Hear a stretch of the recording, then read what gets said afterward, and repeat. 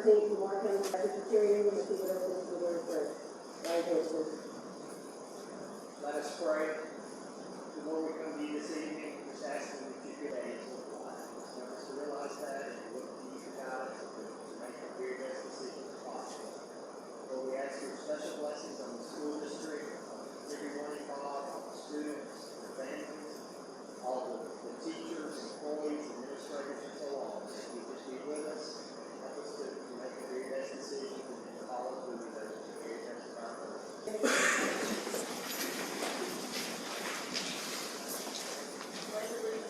To the flag of the United under God, indivisible, with liberty and justice for all. Item number 2 on the agenda is already on the agenda that you cannot speak. If you are needing an agenda, we have some available. You can pick one and just up in the back. All right, item number 3 is approval of the general agenda. You have a motion. All in favor? Any opposed? There are none, and that passes. Item number 4 is the discussion of the plan to reopen schools. Ms. Smith. Trying to get the screen to wake up. So just 1 second. I'm sorry. Okay, while he's doing that for me, I just wanted to, I'm going to show, go through the survey data because I think it's critical that everyone understands. We took the survey data from parents as well as from staff. We've talked to other districts. I worked with district level committees, parent committees, and even a teacher committee, as well as a group from Merit Healthcare that's a part of their COVID, give their input. Sorry about this. We tested it this afternoon, y'all, and I promise it worked.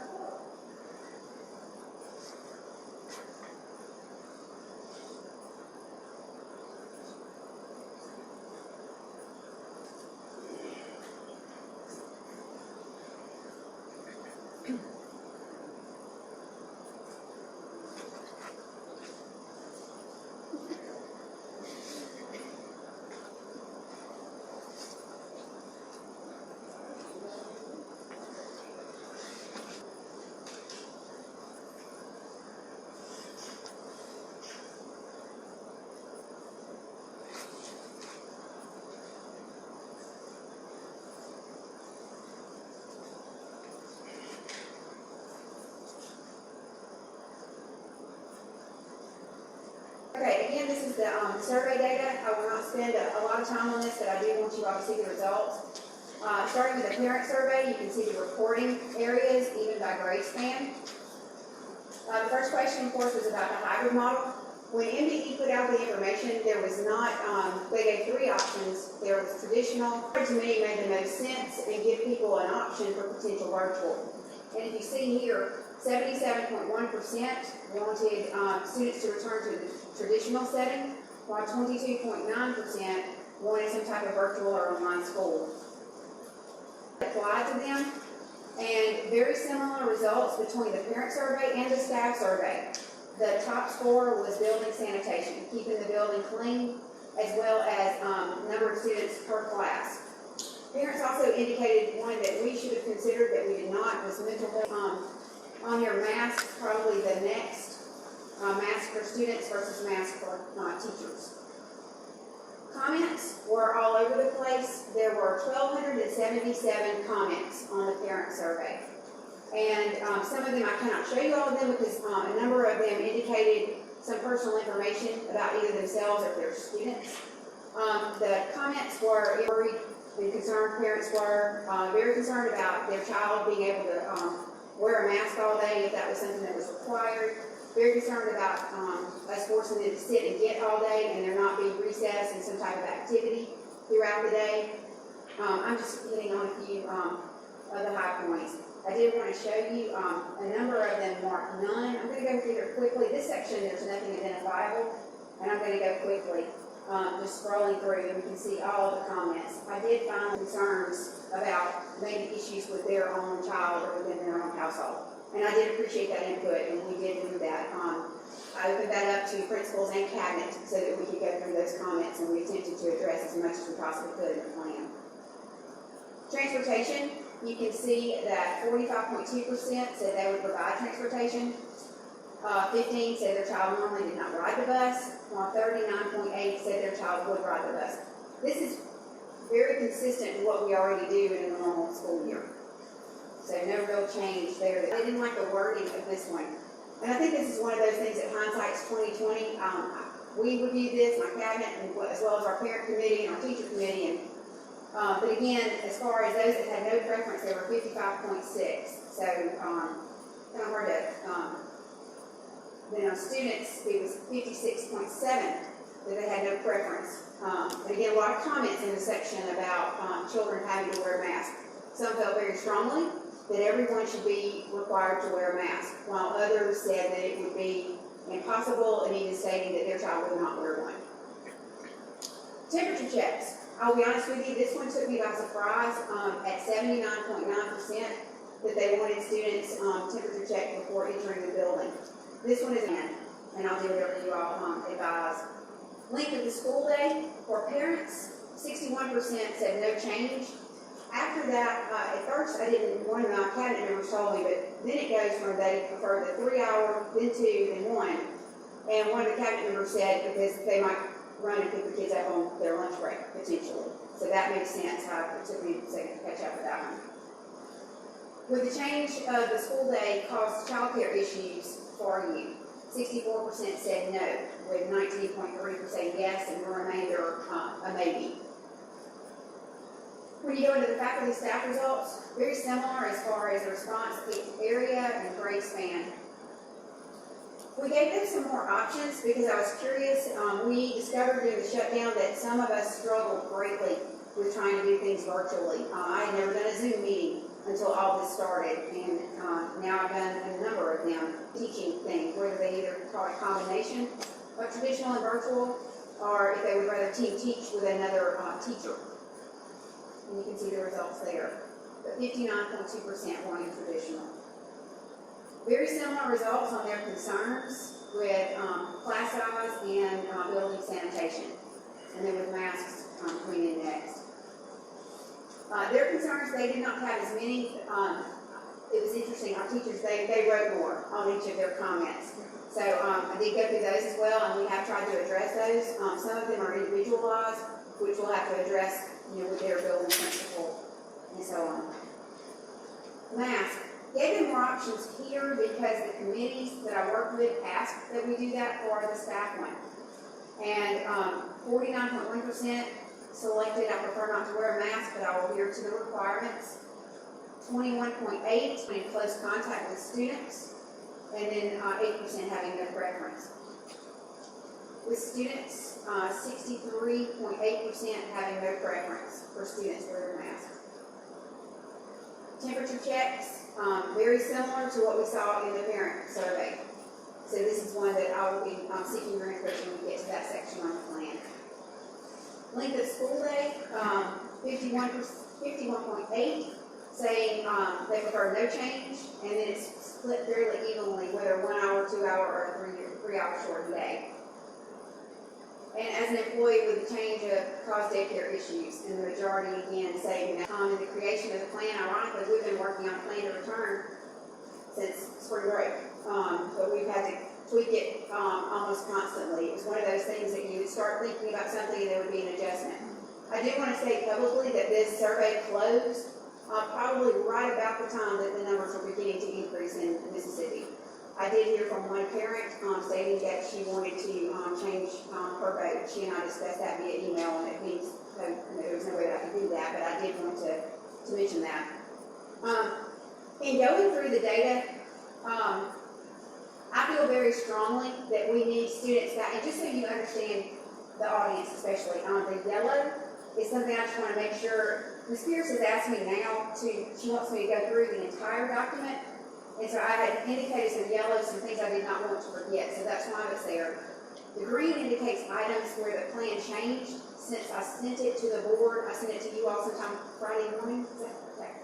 And as things we were still waiting on a few items, tweaking some things, so this items you see in green are things that have changed since Friday evening. But again, we have spent a long time working on this plan and tried to involve as many stakeholders as possible with organizing the teacher group, the parent group, and the various school committees, gathering input and guidance. Last week, almost daily, was meetings with various stakeholders trying to continue to tweak this and get it to where we could present it to you all. But with just over 77% of parents wanting their students to return to school, we felt that that is what we needed to offer, but we would also add a virtual option for those that needed it as well. These are very troubling times, and I know that people have to make individual decisions based on their own household, and I want to be able to try to work with students, but I do want to say publicly and quite strongly that the best education that we can offer right now is in our buildings. We learned during the shutdown that we are not proficient at online education. Will we get better? Yes, we certainly will. And there's some things built into this plan to help us do that. But one thing that we're fighting against is the fact that, a lot of people do not have reliable internet. I did not get reliable internet at my home in Summerall until all this was going on. Actually, in the midst of this, we were able to get an internet so I could hold Zoom meetings from my house. So, again, that is a huge consideration. And that's probably the most troubling part of this, is that we will not be able to reach every child via the internet. So I wanted to state that publicly. We're going to open up registration tomorrow. I plan to send, once you all approve this, the final version will be elsewhere. I am required to put it on our website by the end of the month. Mississippi Department of Education requires that. When parents select or go through the registration process, they will be able to select by child in their household, if that child is going to return traditionally or online. And the reason for that is in those comments from parents, there were some who said, my 5th grader can return. He has no problems, no health issues, but my 3rd grader is a transplant recipient, something like that. I mean, there were a lot of stories in there, y'all. And so in that situation, that household, she would send one of her children and the other one she would maintain at home. So we're giving parents those options as much as possible. We do have an academic agreement that they will acknowledge, and that's just, again, a statement making sure everyone understands that our best option for educating their child is in the classroom. There's also a consent and release for video audio conferencing. We had very few issues with that during the shutdown, but the problem is that now we will have potentially where a teacher is videoing her class and she may send the video to her students at home. And we will be sharing, you'll see students' faces, there might be some conversations and some things like that. So we need to be sure to protect all parties on both sides of the camera. We register students year-round, literally. I have, as a counselor one year, I registered a student on the very last day of school. I will never forget that. And it's just different calendars across the United States. But we are asking parents to please try to complete registration by July 24th. That gives them almost 2 full weeks from the time we open it, because we have to plan. We're going to be able to track during the registration process who is going online versus in person. But principals and counselors need time to address those numbers and prepare the classes in the building.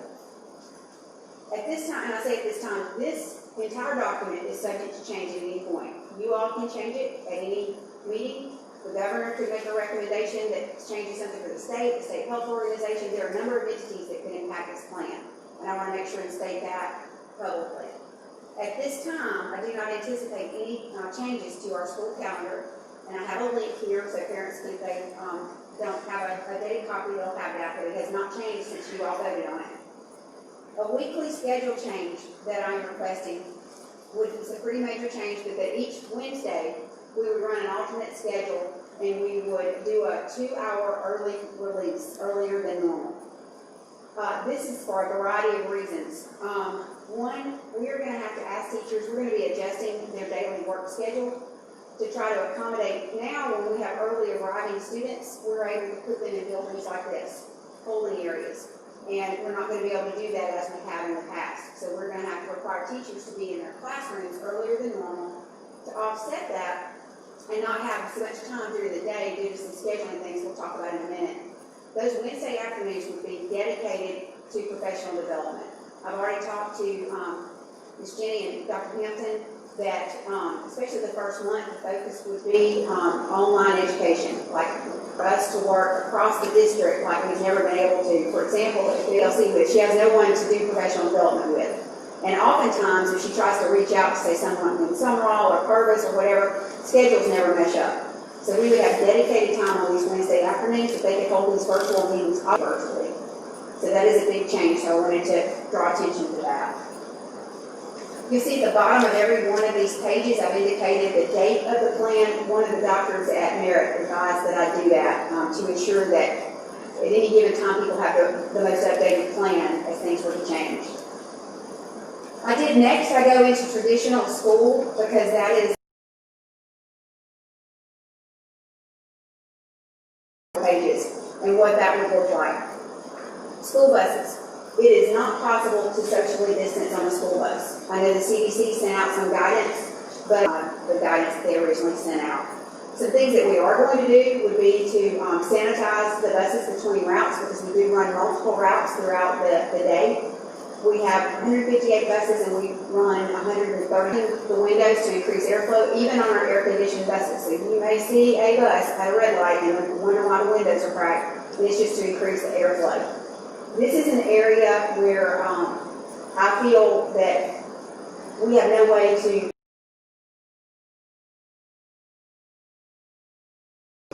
out or whatever. I feel very strongly that those on the school bus wear a mask.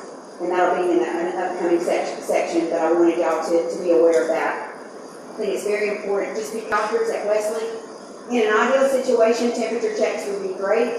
They indicated that, parents, and I mean no offense, people are trying to get to work, they have things they're going to do. If their child's running a fever and they said that we could be dealing with some issues like that we would be served to do morning screenings where the teachers are talking visibly. They're engaging the students, talking to them about what's going on in their home. Are they feeling well and healthy? Talk about symptoms. The symptoms are sore throat, congestion, runny nose, nausea, vomiting, diarrhea. That has come out just in the last couple of weeks. So every teacher, each morning class, would have this discussion with these children. We would ask that parents do the temperature check at home prior to sending their students, and if their student is running a fever, that they would maintain them at home. Another issue here is if we were to try to do temperature checks before students enter our building, once we have a busload of kids that are there, how do you get them home safely? So we need to ask that parents take care of that at home before they send students. Arrival and dismissal to help us with our social distancing efforts. We do have students that arrive, they walk up, they are dropped off in a car, they drive themselves, they drive the school bus, and we're asking if anyone is bringing them that they remain in the car and drop the students off. Parents that drop their students off tardy, normally it's after the bell. We ask that they come in and sign their students in. We're going to move a table outside and deal with that outside for what we used to do inside. And again, this is the doctors felt very strong. The doctors I spoke with felt very strongly about adult guests in the building to try to maintain the buildings for our teachers and our students, and to not have others flowing in and out. They said that some of the best things that we can do are masking up and taking care of their hands, and as far as Germ-X, washing, and encouraging that continually. So until further notice that we're going to ask that parents, guardians, and older siblings not come into the building. I do understand, I remember when mine were little, the pre-K and kindergarten, you want to get them a little closer, you want to see them with that teacher. I had an extended meeting today with our elementary principals, and I believe almost all of them are in the building tonight, where they're trying to work out a plan so that parents can walk their pre-K up to our kindergarten student that first day up to a designated area.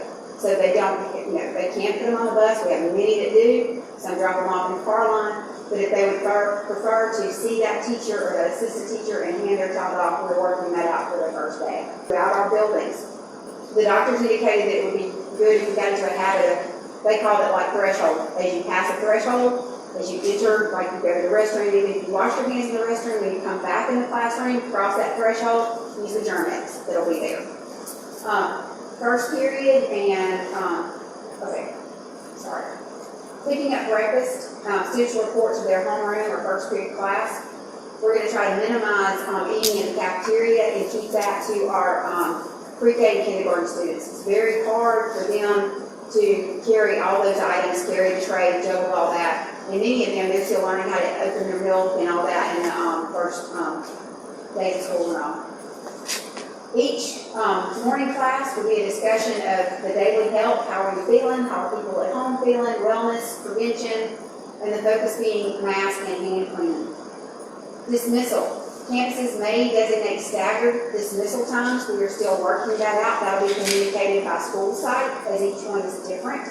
But again, we are trying to look to, if wherever possible, to stagger to help encourage social distancing.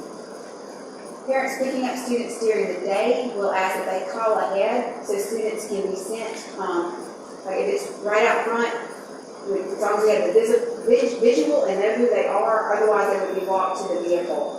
Again, to prevent adults from coming, that normally do not come into our building or come into the building.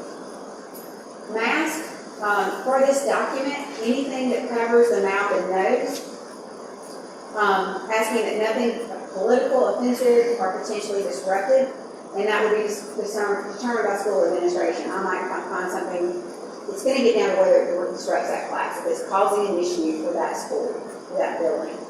Beyond that, I really do not want to identify masks because the N95s, they say are best for everyone, but if you try to breathe long-term in one of those or drive a school bus, it would be quite difficult. But if people want to do that, they can. I like this one. I've yet to lose it except in my own home. Some discussion into it. Right now, the recommendation would be that in our buildings, everyone, recommendation would be when they're moving or in close contact that they mask up. That's for teachers and students. And again, it'd be like mask when in motion and close contact. So in a classroom, my thought would be teacher is at the front of the room teaching, students are at their desk, no one is moving, mask can come down. Again, that's personal choice. If the teacher wants to maintain her mask, if we have students during our remediation this summer, we have students that have been wearing their mask and they've kept it on the entire time during their remediation. As far as requiring, the only area right now that I have on this plan to require would be that everyone on the bus would wear a mask. And again, that gets back to our complete and total inability to do the social distancing. I did add, because it hit me this weekend because honestly, I was in a situation and this mask slipped down. Well, I did not mean that. It was unintentional. I immediately pulled it back up. So I edited this to, if there's issues of defiance with a mask. If a kid drops their mask, whatever, they put it back on, or the bus driver says, hey, mask up, if they're being defiant, that is the only time I feel like we would need to get involved with that.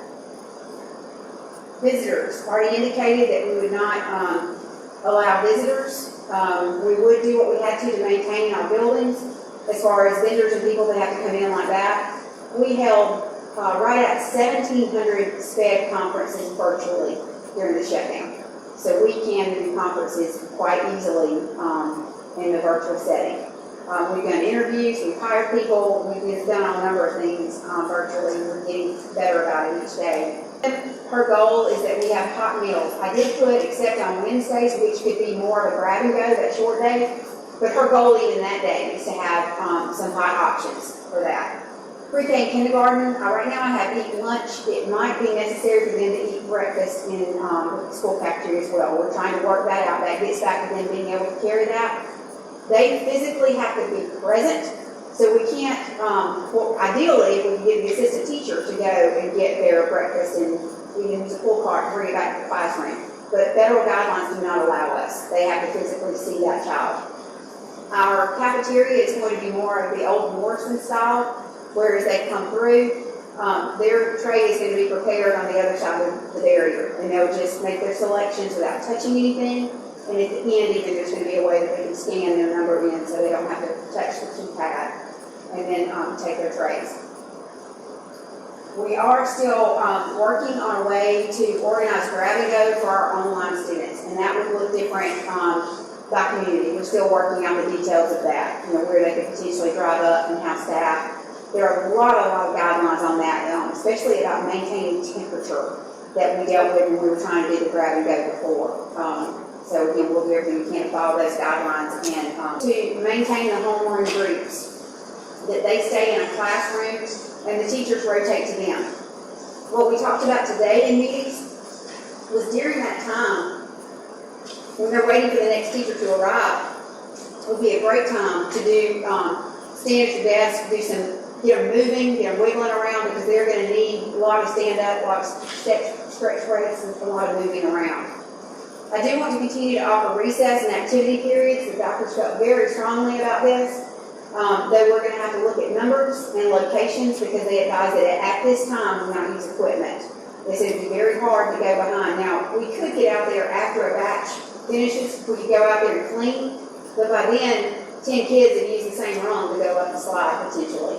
So, again, just trying to do, and again, this could be adjusted as we move forward, but that's the advisement right now. 6 through 12, each building, we would create and mark traffic flows for the building. We pretty much do that as a rule of thumb in our school buildings. You know, we try to get kids to stay on the right side when you're walking up, just like roadways. And speaking to Helen Price, who is the principal of our high school, I know that would be aggravating. You walk out of classroom and you go up here, but we just think as long as we can keep them flowing, contact is considered within 6 feet without a mask for 15 minutes or more. So our class changes never last that long, so our goal is to keep them moving constantly. Teachers in the classroom. One thing, I had a principal contact me. They actually went through the building and adjusted some things in some room and tried to, in a couple of rooms they were able to get 4 feet between without too much trouble. I don't think we can maintain that in every classroom. I would figure we could probably average about 3 feet by the time you think about your desk and the space you stretched out your arm, kind of thing. But again, we'll do the best that we can to spread everyone out. Teachers will monitor traffic throughout the day to ensure that if any symptoms appear, that we send students to the nurse immediately. Staff and teachers would have access to disinfecting wipes to continue to sanitize high-touch areas and surfaces and objects regularly throughout the day. We're in the process of getting some reusable microfiber cloths that you spray, and the teacher can have that with her and continually wipe down things in the classroom.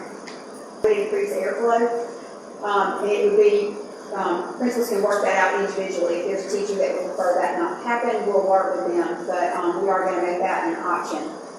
Classroom space, as I mentioned a few minutes ago, would be maximized as much as possible to allow for social distancing. Use tabletop dividers where applicable. One of my parents on the committee felt very strongly about any barriers between our students and our teachers. She said that we need to get back to teachers to see what we have as far as desks versus tables and try to make the best decisions there. Encourage hand sanitation upon entry and transition, the threshold thing that I mentioned earlier. I do need parents to be aware that schedules and teachers may need to be adjusted throughout the year to accommodate needs. That is something that we strive not to do. We like to maintain students with the same teacher, but if we get into a situation and you are all classroom teachers, principal, I would need to make some adjustments and then maybe shift one of you to online learning or to another grade level or whatever. That would be a last resort, but we hope to be able to get that done in the opening weeks. One thing that I neglected to mention that's listed at the top of the plan is that we're asking parents when they make this election that they make it for a 9-week period. Then at the end of the 9 weeks, about a week before the end of the 9 weeks, we will be contacting them to see if they want to make a change, or they can, call their principal and make that change. That's who they'll do that with. Because we're going to need to know those numbers. Transitions, again, we're going to recommend when they're moving that they wear protective face coverings. Stagger releases from each class as much as possible.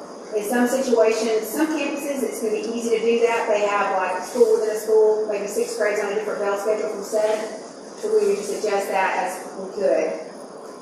Visual markers to develop that social distancing, try to help students to remember the traffic flow and the patterns. One-way traffic would be in some areas. Parents, but I wanted them to be able to, they flip to a certain section of this plan, it's almost 9 pages, and I apologize, but I wanted them to see it several times so they don't have to go back and dig for it. We contract with a cleaning service, and they have been actively working with me since this started. They've had some great ideas. In fact, I got an email a few minutes ago about some ideas about how to handle lunch trash pickup. They will be actively that they can use throughout class periods and between their class periods. If there is an issue, deep cleaning will occur. The company we work with, they have those, some call it misters, some call it fodder, and we are ordering some ourselves that we would have for use with them as well as for our athletic facilities. Isolation program, or it says student. When a student displays symptoms, the nurse will provide a clinical assessment to determine if and when a student needs to be sent home. Students who are ill will be separated and should be picked up within 30 minutes and no later than an hour from the time the campus contacts a parent or guardian. We're going to ask parents to do everything they can to help us with this, because the goal of the students would be removed from that classroom, taken to an alternate location on campus, so the classroom could be disinfected. And this is when the deep cleaning would occur. I've been told we can do that in less than an hour. Communication will be provided to parents of students or staff that come into contact with a COVID-positive senior staff member. I need parents to understand that this will not be an individual call. I would ask that they not do that this year. It's going to be critically important. They're going to want to be notified, I would hope. So I would ask that they not opt out of those communications. The same thing for staff members. They would be isolated. This I took from those individuals will need to quarantine for the 14-day period and may not return to campus during that time. So let's say that my college-age son is now living at home with us. If he were to test positive, then I must quarantine. Notification that would go to parents that someone has tested positive, and all of those would continue as normal. If we're notified that someone is awaiting testing, they will be quarantined, and notification will be made if we receive attendance requirements for school or work. In speaking to the doctors, they ask that we not get a clear medical, because that would clog up our overwhelmed system already, but to use that COVID positive form that people get when they go forward 14 days, and not because if they have served their 14-day quarantine and are vacation, so people are not required to go back to a doctor. Visitors, and this would be, the visitors I'm talking about are typically like our vendors that come in the building. We're going to ask that they come in, they would be temperature screened like our staff would, and we would, and I have this note here because I would give an exact protocol. Once they get here, parents were very concerned about social and emotional needs, so we're going to make sure that we try to meet those needs, and I have our counseling department put a few items here. This would change and expand once we get kids in buildings and see what their needs are. Training, we will expand. This one is mask and keeping their hands clean. We will ask students to bring water bottles from home. Our goal is to, in fact, you'll see it on tonight's agenda, we are ordering bottle fillers. When Oak Grove High School, their senior class, their gift to the back to Oak Grove High School. So I thought that was ironic. So we want those everywhere to make that easy. Again, anything we can do where you don't have to touch something. And in South Mississippi, they're going to need their water for sure. Exemptions from exams. This is new. This would be for grades 6 through 12, and it would take place of the survey. Was that because attendance has always been an issue? Students coming to school sick so they could maintain their attendance to be exempt. So we would just pull attendance. That would not be a part of the requirement. And this would work, excuse me, sorry. This would work whether they were online or in person. We have a grade component, an overall average of 90. Behavior, no long forms for behavior, so tardies would be taken out during that grading period and fully cleared in the office of fees and all. I've had a lot of questions about athletics. We have started some, workouts and practices and things in June because of this city house. Tomorrow we will determine what they do with fall sports. So I will update accordingly. Show choir, for example, does not fall under Mississippi House activities.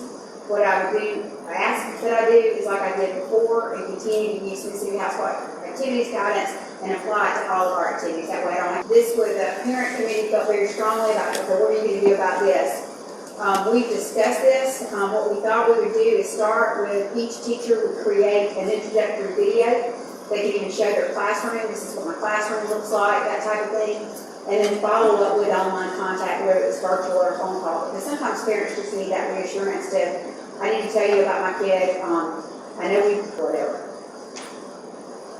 Subs and assistants. We are working to hire additional assistants, nurses, aides, and substitutes to assist us with our response to COVID. Like nurses' aides, for example, I just know each of our nurses, it would be nice, especially if they're trying to, we have our normal might be there for a wellness visit. So I thought another set of hands, and we would use our ESSER funds that this patient is going to talk about during the budget presentation. And that's federal money that's been sent for our schools to use as we reopen in these situations. Special needs, like I said, they had 1,700 conferences during the shutdown. We will continue to meet them. Academics, those who participate in extracurricular activities will not have an option for online learning unless quarantined or tested positive. That's something the city hospital activities is always preached. They must be present to play. So we would continue that. Students who opt for traditional education will be in the regular educational setting in our school buildings. That's what traditional means going forward. Traditional students who are quarantined are tested. This is a grading. This grading section only affects grades 2 through 5, and we just reduce the change the minimum number of grades. Our virtual or online learning. This is the statement that parents will see. We feel like it's the best option educationally, but again, I know parents have to make a choice. To date, for virtual, I have not received guidance from the Mississippi Department of Education about how we will measure attendance for our online. They have a meeting on Thursday, but I wanted to go ahead and get this plan out. I know we have some holes in it with Mississippi House activities and this, but I would patch those holes as soon as we could. Students who follow the school Edgenuity that we will be using for our older students that would track attendance. For our younger students that we're doing something a little different, it's a little bit harder, but we just need to find out from them what will work and would not work. Students who we consider absent if they cannot meet whatever those participation requirements are. And if they are virtual, they would be assigned an online teacher that will work with them via Google Meet and related programs. This teacher might be a full-time online teacher, or it might be a teacher that, depending on our numbers, it may be that this teacher teaches her regular day and then does this in the evenings for a stipend for us. But we're working out the details. Again, we need numbers. Right now I'm working off the 20%, but there was no way to know is that grades 6 through 12 will use Edgenuity for their online coursework, and then we would be able to supplement with classes posting videos and other bonus material, because they would remain on that traditional teacher's role, even though they were not present in her class, and he or she would oversee their Edgenuity. State testing, we did receive a testing schedule today, and essentially all they did was extend the weeks. So if this test opens today, it normally closes 1 month later. They've added 2 weeks to the end of it. That's about all that's changed so far with our testing calendar. I don't have direct guidance, but I know they would not allow for testing. Again, when I know that from the Mississippi Department of Education, I will add that. Devices, you all voted last month that we could go 1-to-1, and we are going to use the ESSER funds, kept through the CARES Act, to order additional devices. But we'll get, as soon as we can get those in, we will get those out. So we're going to is actively working on that. Again, almost 9 pages. Ms. Pierce, it's 10 till. Okay, and then I was thinking that perhaps when it's time for a vote, if y'all want me to go like discuss each section, if you all want to decide on a break how you want to handle that. But for those in the audience, the vote does not take place until our early part of our 6 p.m. meeting. I think it's very early on the agenda for the vote for this one to be final.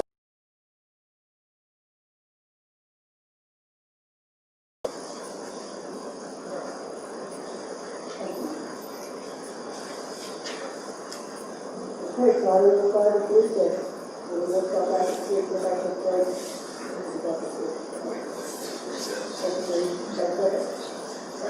All in favor?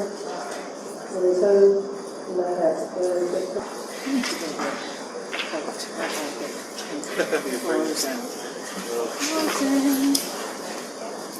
I am frozen. I swear I'm right under the phone. I know.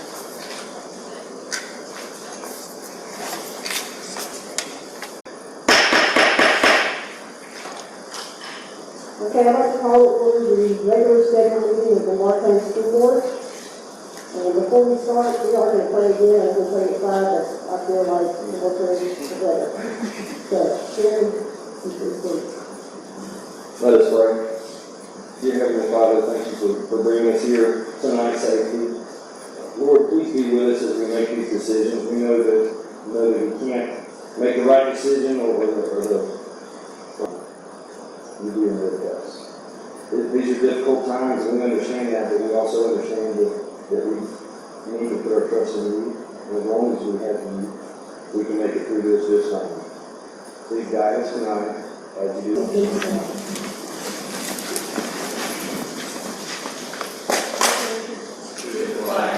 Of the United States of America, and to the republic for which it stands, one nation, under God, indivisible, with liberty and justice for all.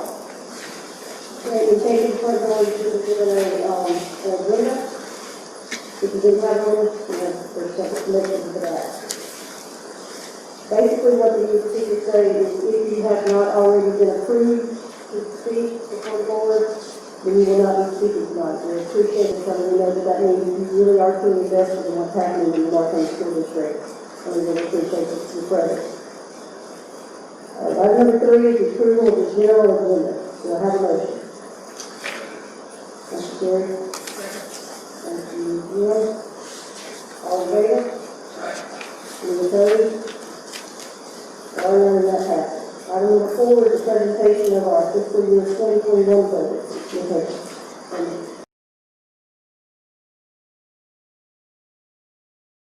Talk about a couple things. Each year we have developed a hashtag or slogan that we use for the year. This year I did a competition, and this is way before COVID, and I asked people to submit ideas, and we selected one, and they, won an Amazon gift card, and actually 3 different people put this one together, and it was Waymakers LCSD. And you can take that, making your way through your education, our way through whatever we face, because that's typically what we do. When we chose this one, we said, okay, we're going to keep this one for several years, and then ironically, here we are. And I think we are going to be making our way through new ways to look at education, new ways to deal with education. So I still think it's a great hashtag for us going forward. So in the next section, you'll see just a quick overview of the district. And some of you know this, some of you may not. 19 campuses in 5 communities. Enrollment at the close of school was 10,000.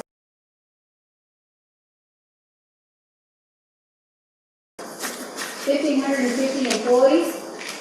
Transportation, 159 buses, 136 bus routes that are driven daily, 1,478,551 miles that are driven annually.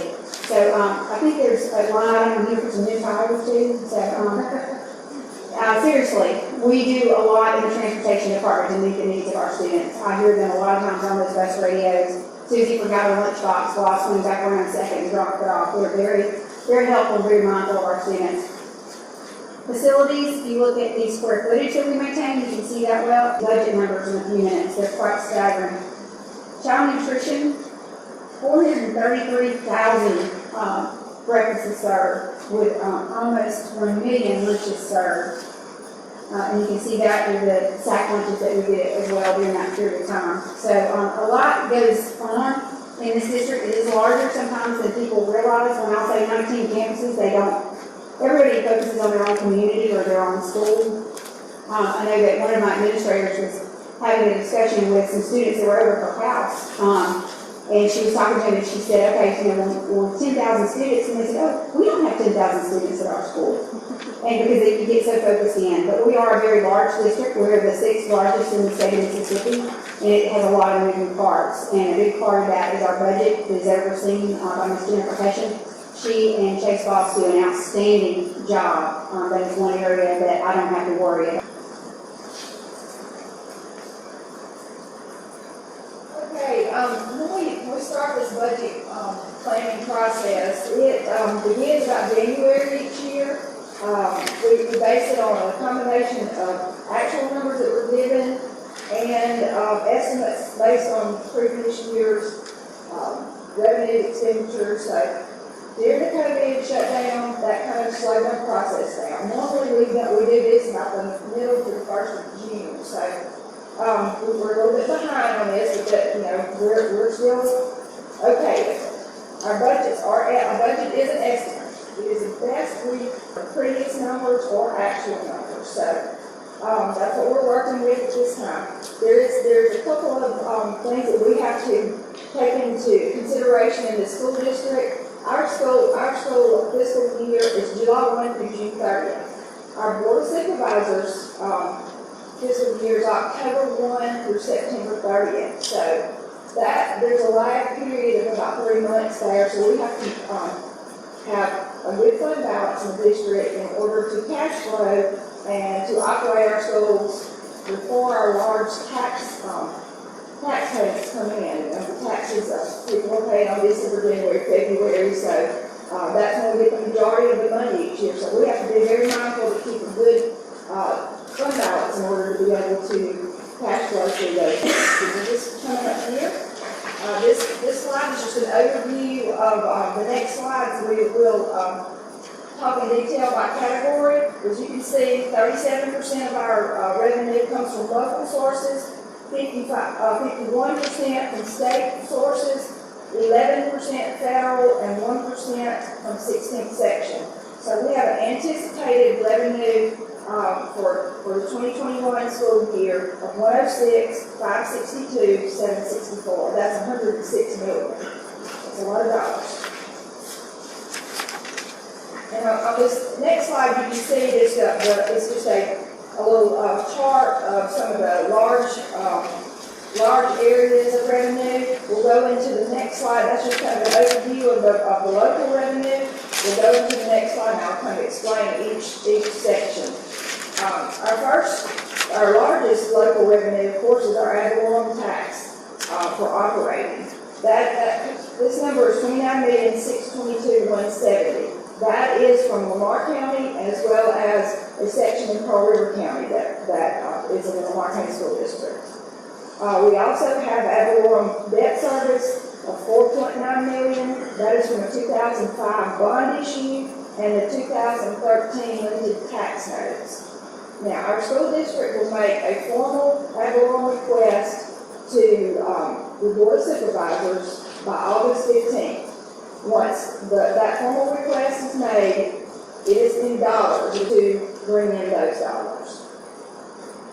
Those are, of course, the two largest local sources of revenue. We have also mineral leases and other taxes, just small taxes that are collected for the schools in the amount of $37,000. Covington County, we have students in the Covington County area, and a certain area of Covington County that attend Summerall schools.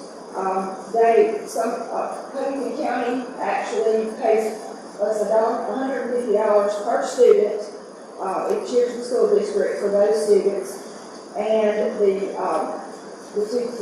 students pay tuition as well. So we're anticipating about $35,000, and we have about 90 students at this time in that area.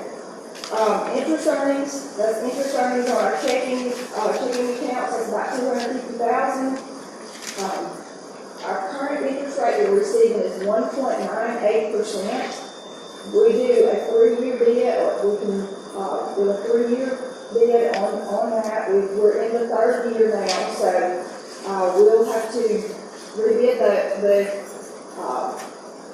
bank bid probably about the middle of March, and it'll begin from July of 2021. So Right now, we're getting a very good rate, but these, that reimburse the district for extra pay, one example would be for a bus driver that is driving for a field trip, so that's about $50,000. We have child nutrition of $1,442,000. That's adult and student meals that are paid, do not qualify for free or reduced lunches. Student activities of $2,024,000. That's game revenues, fees, fundraisers, donations, any monies that's taken in at our schools. We have 19 locations, of course, so this is a combination of all those. Our other local is just a combination of small items, donations, copy fees, fingerprinting fees that come into the district office. That's about $35,000. We have a contribution and donation of $79,000. That is from Paper Clinic, and that pays for a portion of a couple athletic trainers at a couple of our schools. We assess driver's ed fees to students that are taking driver's ed. It's $20 a student. They cars. So that's anticipated at about $15,000. We have quite a few other small grants that we've received that teachers write, and we've had some from Blue Cross Blue Shield, from Project Fit, so that's about $70,000. We have revenue in lieu of taxes. That's a solar farm that's located in Lamar County, and this is a 10-year in lieu, so we should get these funds for about 10 years, and I believe this is our third year. So we're looking at $550,000, and we have those funds set aside for bus replacement. So that totals the local revenue at $39,135,555. Okay, our state revenue, you'll see, of course, the largest ticket item from state is our MAEP funds. That's the Mississippi Adequate Education Program, and that is our state funding allocation. At this time, the state funding allocation of full funding. We're given there's a full funding formula, so we know how much it would be if it were fully funded. For this budget purpose, we budgeted 90%. If the actual allocation is reduced by a smaller amount, we will set those funds aside in anticipation for future cuts. But when the appropriation bill is passed and signed, we'll come back to the board and we'll present the updated AP numbers. Next slide. Our other state sources is homestead exemption of $625,000. We do get some reimbursements from the state at $16,500. That helps with teacher salaries and expenses to run that program. And the enhancement funds, that's for buildings and buses. That's an allotment that is given to school districts. And it's derived from a 1% sales tax that was set aside many years ago for education. So that is pledged to go back to our debt. So that's $323,843. We have state vocational funds. That is salary reimbursement for teachers at our technical center for $840,000.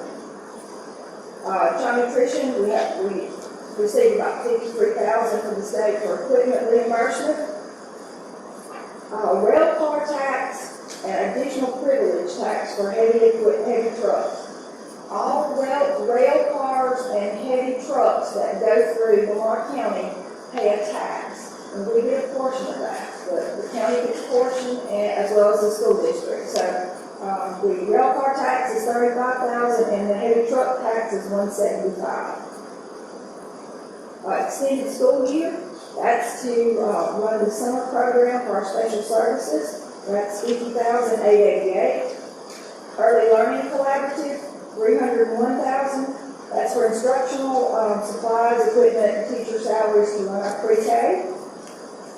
Universal Screener is a kindergarten through third grade academic screener, and it's required by the state. It's $33,000.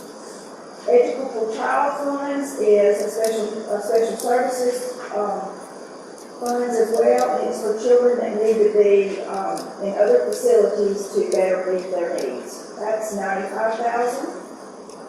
MDRS salary reimbursement, that's the Mississippi Department of Rehab Services, and that is to help reimburse the salary cost for, in 7, that we have 93 teachers in our district that have the National Board certification. Each one of these teachers gets a $6,000 supplement to their salary each year. The legislators reimburse the school districts the $6,000 plus the fringe benefits each year. So we have 93 teachers that receive that, and it's almost $700,000 to the district. Educator in residence, that's a salary and fringe reimbursement. This is a teacher that works in our district, but also works some with during the year for NDE and that teacher. We get a nurse grant, and this is a hire nurse. We actually hire 2 part-time nurses rather than 1 full-time. And this is a Medicaid screening nurse. They do Medicaid screenings for our we have a 5-year grant. Dyslexia therapy program, we get $40,550. This grant is for instructional tutoring and supplies for students with dyslexia. So our total state revenue is $53,880,795. Our federal revenue, you can see for the next screen, go over them individually. We have quite a few title funds. Title 1A is like for remediation, instruction, tutoring, supplies, and equipment. That allocation is $2,066,821. Title 1, the 1003A program is a school improvement grant, and that it serves 2 of our middle schools and 1 of our elementary schools. That's $181,178. Our Title II grant is for professional development, and that is allocations $449,970 supplies for our children that are English learners. That grant is $48,209. Title 4A is funds used for well-rounded, safe, and healthy education. An example is one of the things that we use that for is an ACT practice test. There's technology involved in this as well. That grant is $161,562. Title 4B is 21st Century Grant, is a tutoring program. It's $249,965. The ESSER funds is elementary and secondary school emergency relief fund. That is the emergency funds for COVID. That grant amount is $1,768,643. I'm going to talk about that in more detail. But the presentation that Ms. Smith did earlier on some of the things that we'd be purchasing would be coming from that grant. All right, administrative cost pool is that is used to help administer all these programs above that is listed above. It's administrative cost. So that's $120,366. IDEA Part B is special education. That's in the IDEA preschool is also a special education program. Both of these are used for salaries and for instructional run our special services department. So that Part B is $2,355,898. The preschool amount is $62,468. Child nutrition, that is the free and reduced reimbursement that we receive from the federal government. So that's $3,977,500. Vocational education, that's $149,000. That is for a couple of salaries at our technical center.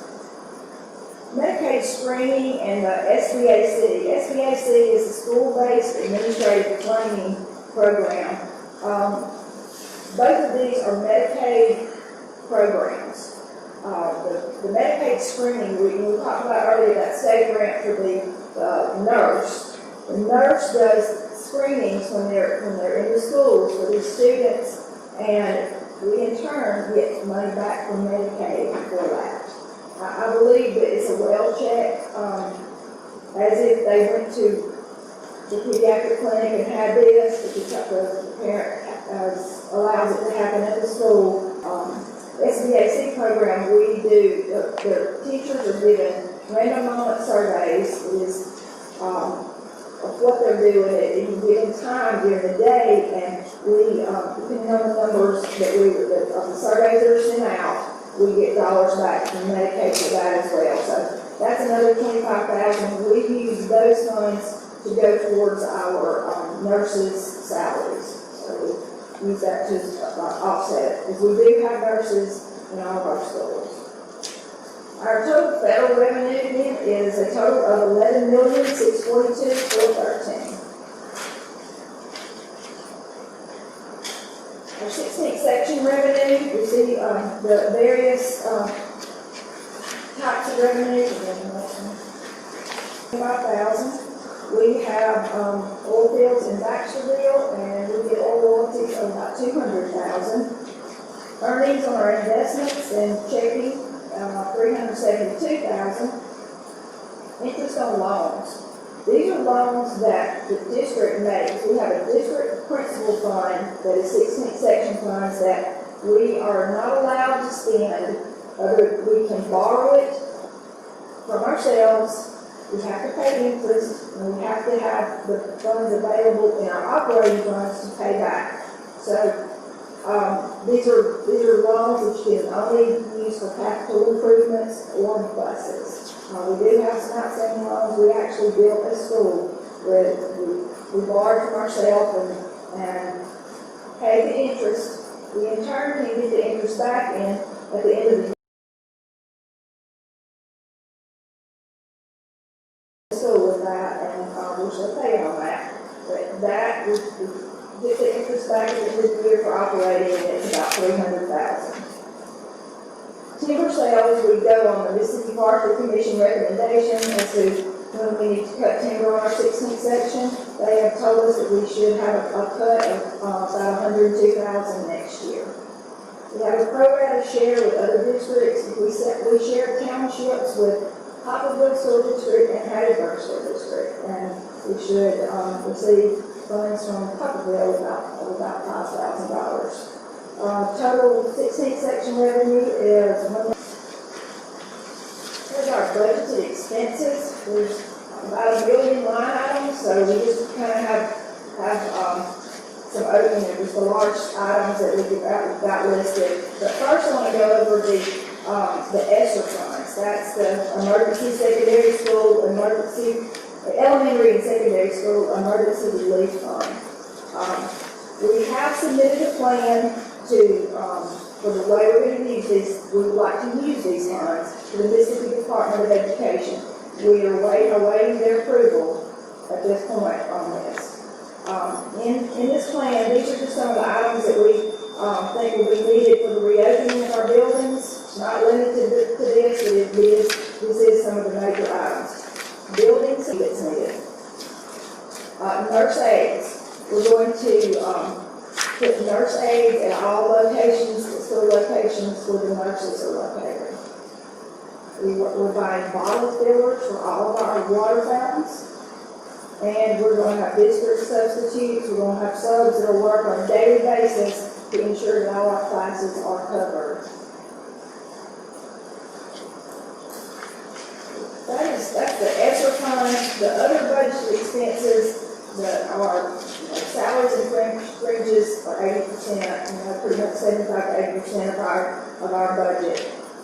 We'll have our school and district operating budgets, facilities maintenance, bus fleet operating, and as Ms. Smith said, property insurance, bus liability insurance, workers' comp insurance, bond debt service. Those are just some really large ticket items for that. So, looking at that, you can see our salaries and fringes are 75% of our total budget.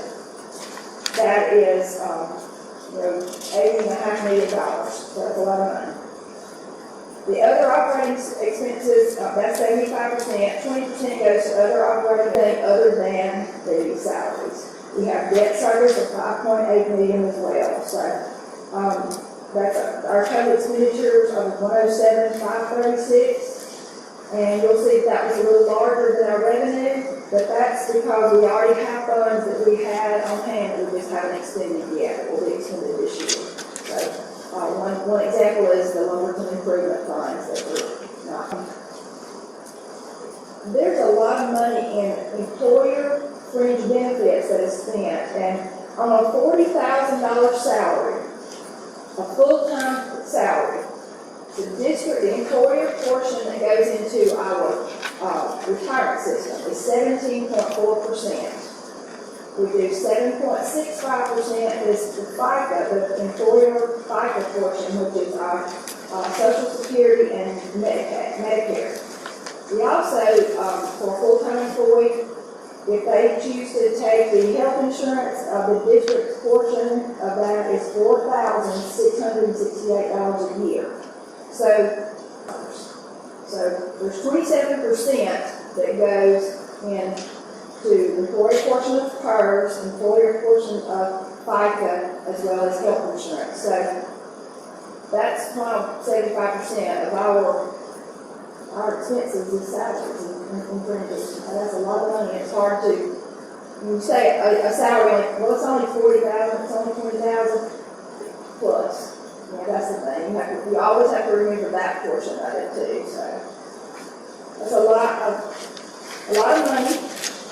But we're a large school district with a lot of locations, a lot of students, and a lot of employees. So it takes a lot of money to make that go at this time. Okay, at this time, I can take questions on what I presented on, if anybody has any.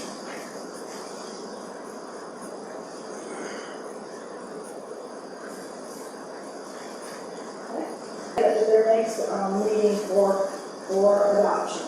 So this is just a presentation, they'll adopt it for the next meeting. Thank you, Ms. Evans. Wonderful job. Something that you take a lot of time on and effort, and we really appreciate it.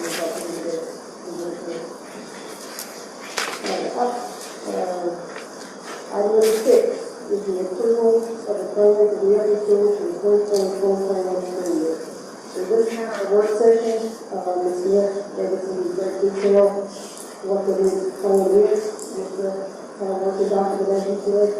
So I guess we can do that just before questions or comments.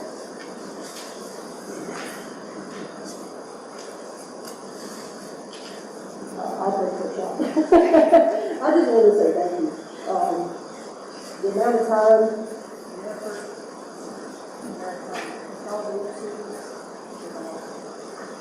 and effort that's gone into putting this together, I mean, overwhelming. In the room that was part of the committee. Every administrator in here was involved. Every administrator, okay, you have any parents, I know you have any parents, but we're doing things tonight. But we really appreciate that because, we're going to get started with what we did before, and these are, things that we never thought we would have to be put together. But I think y'all have done a good job in, putting something before us that I know is going to be as fair as possible for all students. Parents will get that choice to go to the show on the virtual online. They will have to, sign the document that says they will adhere to some parameters if they do that. I'll go next. I want to echo that same sentiment. Thank you to you and your cabinet. They are very comprehensive and well done.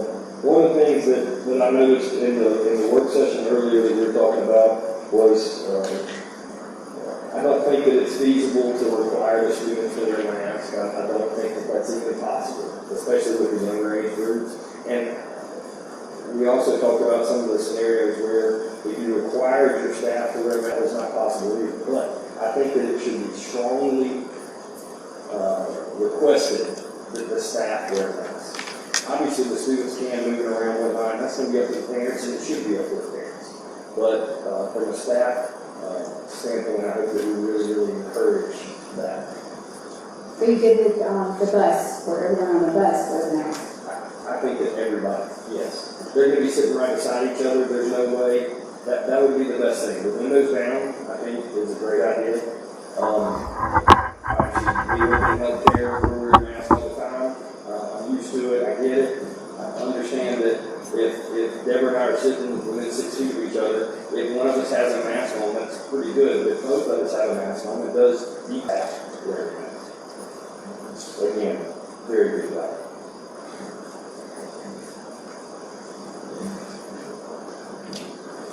So I guess it's my turn now. I would like to echo what's already been said. I totally agree with Mr. Chance on the mask, if at all possible. I just think that we all need to stop one thing, all of us in our daily lives, that wearing the mask and washing our hands and things like that aren't just things that we need to worry about for ourselves, but it's everyone we come in contact with. We're not just, we can't be a society that only focuses on ourselves, and that's really important. But I think the most important thing of all, Ms. Smith, that you emphasize over and over is that we have to remember that we have never been here before. We don't know what this is going to look like even tomorrow. It changes daily. So I think the thing of making sure that everybody understands that this is a plan that could change constantly.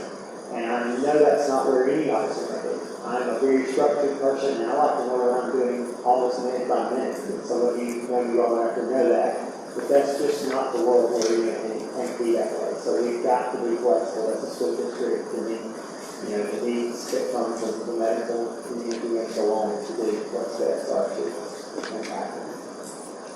It's a great start for us.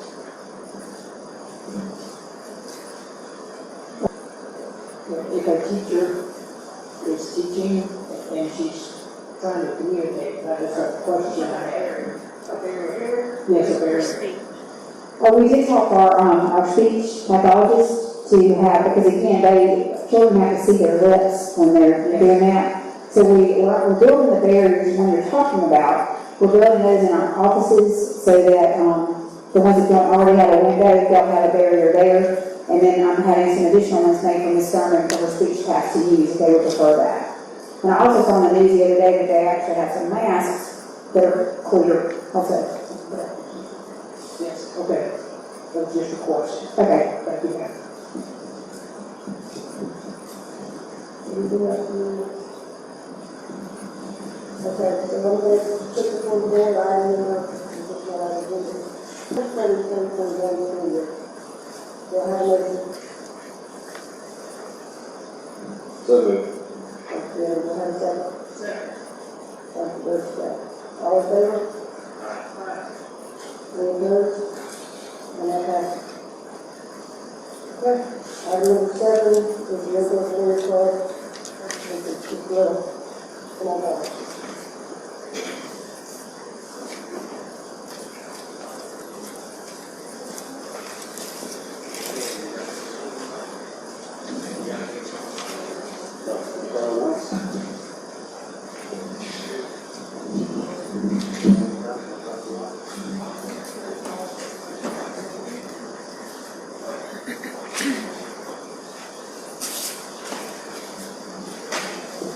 I've come to, I'm in line right behind the budget, but tonight, what we'd like to present to the board for consideration doesn't cost the board anything.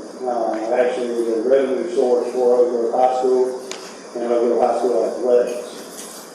It is a live streaming product that we are looking to purchase and put into action at Oak Grove High School starting this year, assuming that we have sports and all things fall into place. We're all very hopeful for it. But this is not a generic program. This is the top of the line, high definition, basically offering Oak Grove High School an opportunity to have a TV, pay the expenses to have it started through advertising, sales, and sponsorships. We pay the Warrior Club back and then start splitting that money with people that are running it and with Oak Grove High School. The Warrior Club's not here to make money, we're here to raise money for the school. And this program has actually been used by other 6A schools throughout the state, so it is a program that we have been able to watch and learn from other schools and how they do it. It just offers so many benefits in so many different areas. It's not just athletics, which is a huge benefit for the school, where students can become very involved. And the hope would be that this turns into a club, and hopefully a curriculum at some point in time.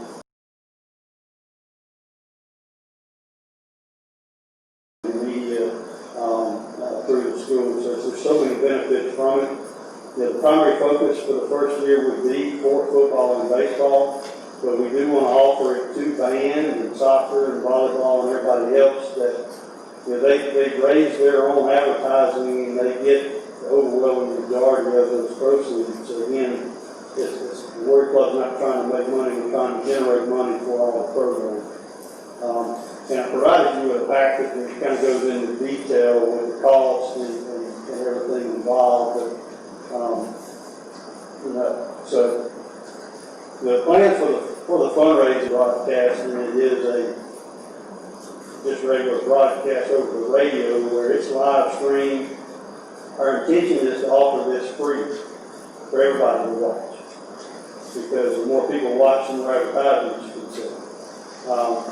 The only part that we see that may turn into a pay-per-view event is that in the event is a very limited season and our opportunities are cut short, then we may offer some type of pay-per-view program to help offset some of that revenue. Because the idea is to get this up and running and get more people involved, get more advertising going so that there is more money back into the program. Attendance and participation from the public. So that's the main objective for now, but the overall objective is to grow a first-class program for the school that benefits all avenues of the school and not just athletics. So I was going to keep it short and sweet and give you a presentation. So I'll be glad to answer any questions that you may have. I have one question. We have to agree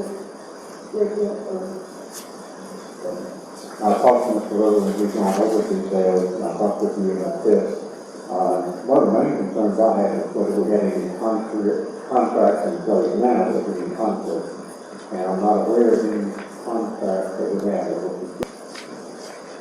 And I do want to point out in the request that the Warrior Club would rely on the board to help guide us with any contractual conflicts that may arise we want to avoid, and also if there's any advertising agreements that you desire not to be pursued, we would not go after those. I guess this question would be for Rick. We wouldn't have to get any kind of waivers or anything from the student athletes to be broadcasting them on the web. Their parents, I guess it would be. There's no issue there. Regarding Chris,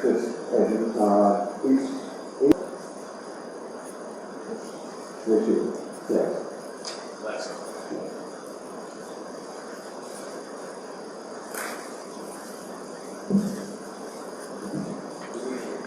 Anyone else have a question? I'll call for a vote.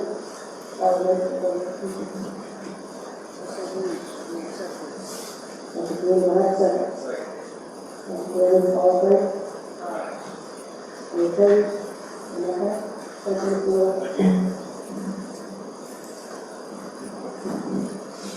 Item number 8 is the approval of June 8, 2020 minutes. Do I have a motion? Second by James, all in favor?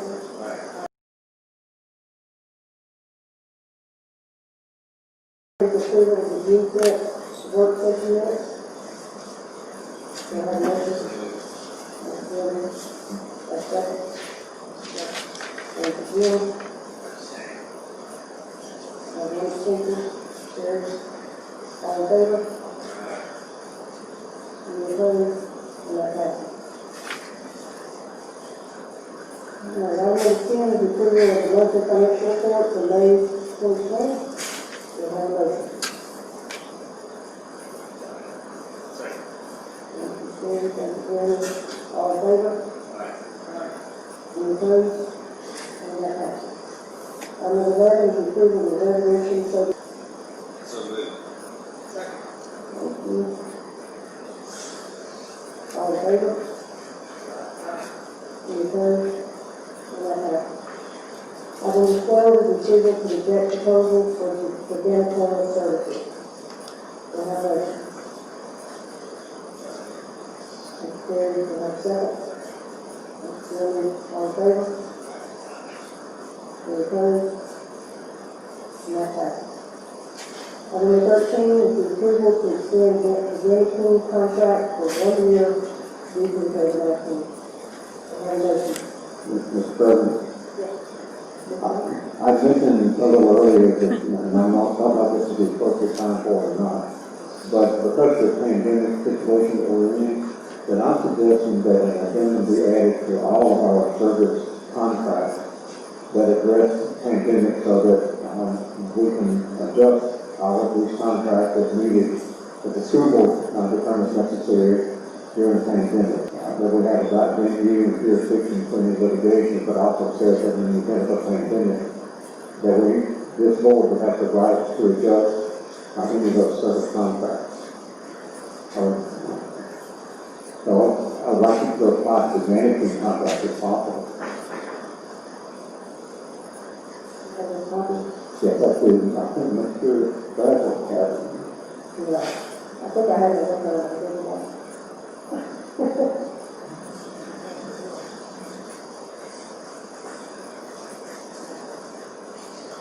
Since I have all the other copies, I can pass it.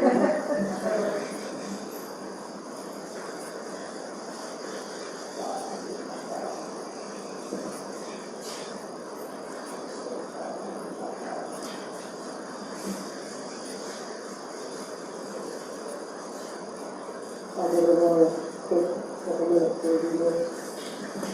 Okay, great.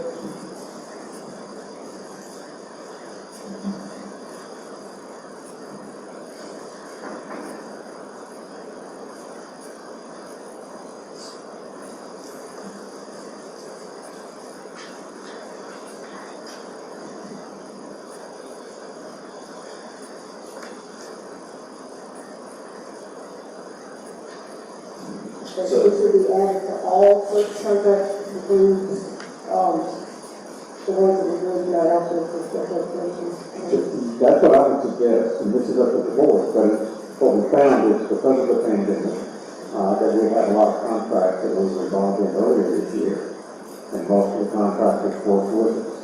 But this was just putting in print, that if there is a pandemic, an emergency, then this board has the right to modify those contracts, because of the pandemic. So are we applying this to current contracts that we're in the middle of, or are we just doing this on all new contracts? All new contracts. Okay. But there were several tonight, and when I read them this afternoon, I realized that we have a lot of contracts tonight, so I'd like to try to get them to apply to all the contracts tonight. Yes. Including with the one we're voting on now. Okay. Correct. So second for discussion, and I think I know the answer to this already, but Ms. Smith, we're happy with Janet King Services. We were just following policy and procedures, and we're very happy with it, correct? Yes, very happy. They work with me very well. They've been very talking about making me guess contracts, and they have contracted business 2 different months to meet our needs. May I have a motion and a second? Any more discussion? All in favor? Any opposed? And that passes. Thank you. All right, item number 14 is approval for ACT.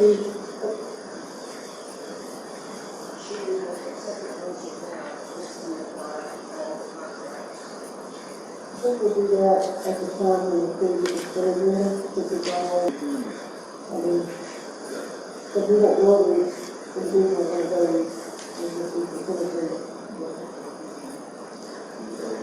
I think we'll do it the end of the night, I think we'll do it. That is already approved. Okay. All right, so item 14 is approval for ACT to administer tests at Lamar High School on July 18th, 2020. Make a motion that we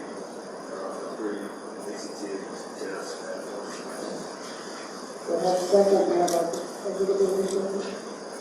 Yes. Okay, thank you. I just want to make sure we understand that this is going to happen at one, so we would use every precaution that we're using in every other school as far as, typical checks, that kind of thing, the students may come in. Excuse me, the adults are coming in, not the students. Yeah. I'm just rephrasing that, just so I know that when we have the agency come in, that we be following the procedures. Oh, absolutely. It's not the, Can I ask you, Smith, in the future, and I understand, this is a change, but when things like this that are a little bit different, are you going to take anything, things like this, is this all the things that we're going to do there, it's like this, like that, you may not commit to that, I guess, not just basically the need. Right, I specifically, to me, items like this do not need to be in consent. I think y'all need to, extra teaching needs to be drawn to it. That's just how we try to devise the agenda for, better my local day.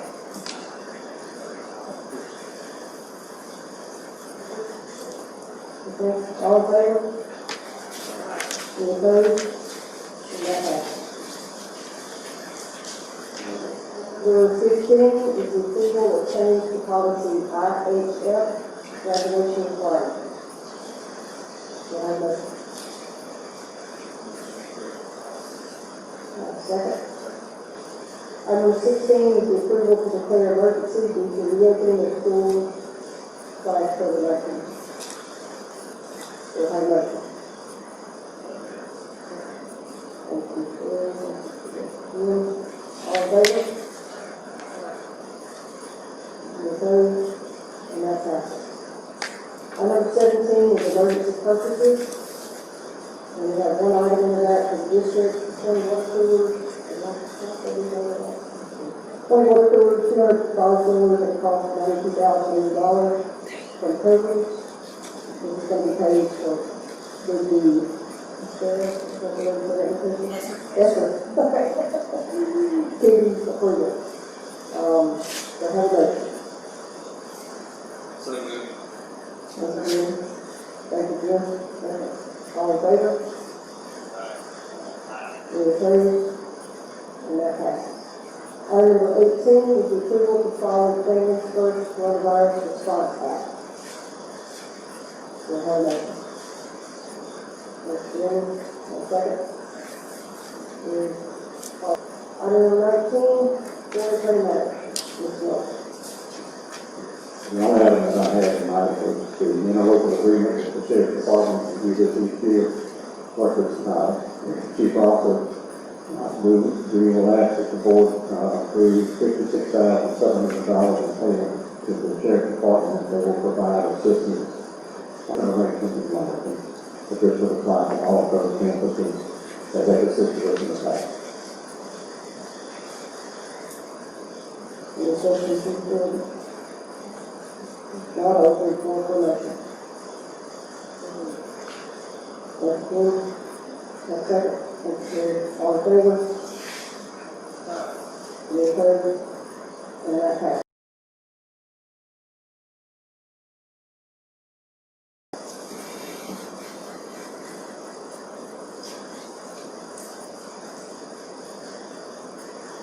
Alright, the first item I have is to approve cancellation of lease number 831, RL Match, ammunition, Carroll. But before we get started, we do the commission. Have a motion. Thank you. Second. Then all in favor? Any opposed? And that passes. Next item is to approve the Have a motion. Make a motion to approve the 4-year lease, residential lease to cancel. Thank you. A second.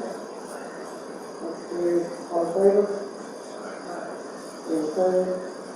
And that passes. Next item is to approve a lease assignment from Bobby Wallace, James Wallace. Do I have a motion? Thank you. And a second. Thank you. All in in favor? Any opposed? And that passes. Last item I have is to consider the cancellation of the expired municipal bus notes LLC, case number 624, and refer a new 25-year commercial lease with reduction of square footage. Let me just second for discussion.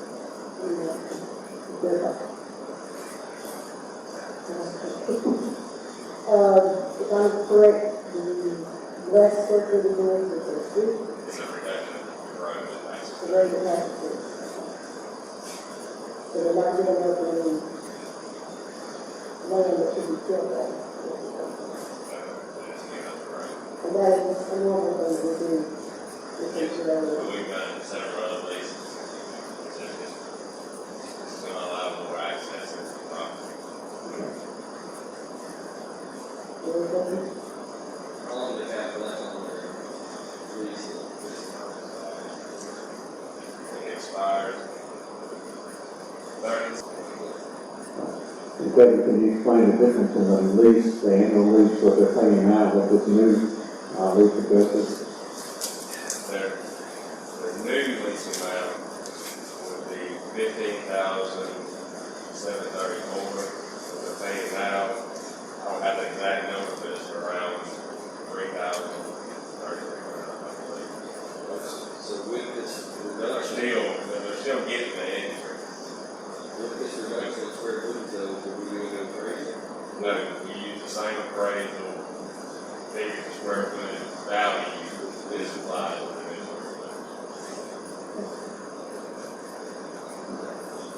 square footage. All in favor? Any opposed? And that passes. All in favor? Any others? Okay, item number 22 is to set the next meeting for Monday, July 27th. And this will be done at the Lamar County School District boardroom and also the live stream. We'll begin that meeting at 8 a.m.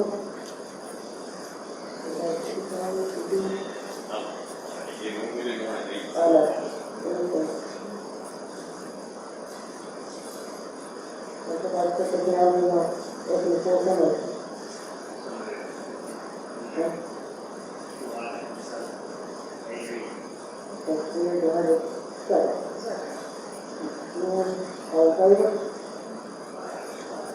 Any opposed? And that passes. Item number 23 is to set the next regular scheduled meeting of the school board for Monday, August 10th, here at River High School, 20 out Center, beginning at 6 p.m. I will make the motion to set our expected. We'll have a second. Okay, all in favor? Any opposed? And that passes. Item number 24 is consent agenda items. Whoever makes this motion, if you really just add to it, that we are adding the building that we just handed out to all service contracts that are included in the consent agenda. Do you have any questions? Yeah. So I make the motion that we accept the consent agenda as presented with the one addition of the addendum to agreement with Walmart service contracts. Thank you, Vice President. All in favor? Any opposed? And that passes.